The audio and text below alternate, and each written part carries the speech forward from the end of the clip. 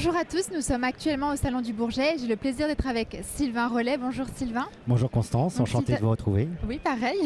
Vous êtes directeur général du groupe Cary Electronic Kabelvar, c'est bien cela? Tout à fait. Donc je vais rappeler qu'est-ce que c'est. Donc, le groupe Cary Kabelvar est spécialisé dans l'assemblage de cartes électroniques, faisceaux et sous-ensembles câblés. Présents au Salon du Bourget, ils mettent en avant leur savoir-faire au service des secteurs aéronautique, défense et spatial. Alors, expliquez-nous quel type de carte électronique vous assemblez pour l'aéronautique et le spatial et en quoi elles sont particulières. Alors c'est effectivement des exemples que vous voyez devant nous là, au milieu de la table. C'est des cartes qui vont principalement aller dans des équipements qu'on va retrouver soit dans les avions, que ce soit des avions commerciaux ou militaires ou des engins de défense. Donc c'est souvent des cartes durcies. C'est une de leurs particularités qu'on va vernir. En fait, on dit tropicaliser dans notre monde, qu'on peut même être amené à résiner, qu'on va tester à plusieurs moments, qu'on va déverminer en température, en vibratoire, pour vraiment les éprouver et s'assurer que tout au long de la vie de ces produits, on n'aura pas de panne. Ce que je disais en termes de déverminage, l'idée c'est de se dire on va fournir à nos clients un produit dont on est sûr et certain qu'il fonctionnera pendant 30-40 ans.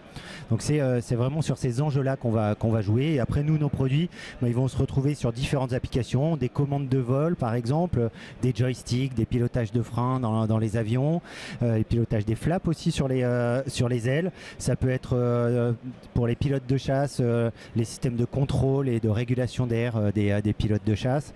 Ça va être aussi sur la défense des jumelles de vision nocturne par exemple. Voilà, on va avoir une multitude de produits. Et dans un secteur du coup qui est aussi exigeant, qu'est-ce que vous faites pour garantir la fiabilité et la traçabilité de vos assemblages? Alors c'est clairement un triptyque. C'est premièrement des compétences. C'est les hommes qui vont faire qu'on est capable de réussir à fournir des produits éprouvés comme je l'ai expliqué tout à l'heure.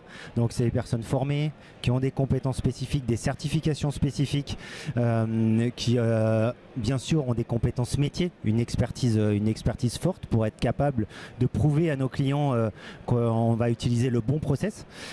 Donc c'est du process et des procédures. Donc on a un certain nombre de procédures sur la traçabilité, vous l'avez mentionné, sur les procédés spéciaux, qui est un mot que vous pouvez entendre assez souvent dans le monde de l'aéronautique et la norme N9100 qu'on a. Donc il y a aussi cet aspect normatif. Et le dernier, c'est des outils. C'est bien sûr des machines, la première chose à laquelle on pense, mais c'est aussi des ERP dans lesquels on va pouvoir assurer la traçabilité à tout étage, à tout moment de notre cycle de production. Donc ça va vraiment être compétences humaines, process, outils. Et qu'est-ce que vous avez mis en place récemment pour justement rester à la pointe? Alors c'est comme je vous le disais, c'est avant tout de l'investissement humain, la première chose, et vraiment c'est important pour nous de faire monter notre personnel en compétences pour accompagner nos clients et toujours avoir une expertise plus forte, mais c'est aussi des investissements matériels bien sûr. Dernier investissement en date, c'est un robot de tropicalisation où on va pouvoir maintenant vernir en automatique les cartes avec de l'AVR80 de la marque AB Chimie. Jusqu'à maintenant, on avait déjà deux robots de tropicalisation dans le groupe et on passe à un troisième parce que c'est vraiment un point important pour nous de pouvoir justement protéger ces cartes, les vernir, éviter tous les problèmes d'oxydation, de corrosion sur les cartes, et on vernit de plus en plus de cartes. Donc c'était important de pouvoir proposer ça.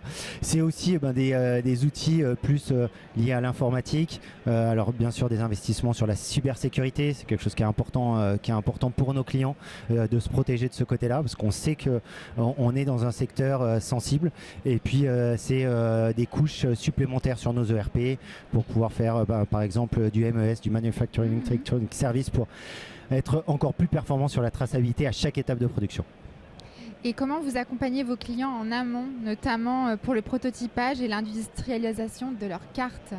Je parle des hommes et des femmes. Il n'y a pas que des hommes chez Cary, bien au contraire. On est même majoritairement des femmes. Ah oui. L'idée, c'est vraiment de monter en expertise notre personnel, de pouvoir analyser les données d'entrée de nos clients, les accompagner sur l'industrialisation, leur fournir un taux de couverture sur les cartes, de testabilité par exemple. Voilà, c'est des domaines sur lesquels on nous demande de plus en plus d'aide et de plus en plus d'accompagnement, d'être pas seulement un fabricant, mais d'être aussi vraiment en amont sur l'industrialisation des produits. Alors on va pas être sur la conception, mais on va être sur comment on va garantir que la fabricabilité va être vraiment répétable, va être bonne, et comment les tests qu'on va utiliser tout au long du process vont nous garantir Vous encadrez bien un taux de couverture effectivement optimal.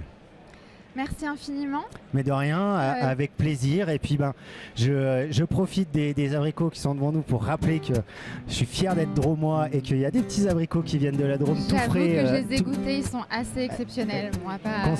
Constance confirme. Et merci. Merci beaucoup à Constance et merci à Alain aussi pour m'avoir donné le plaisir de faire cette interview ensemble. À bientôt. À bientôt.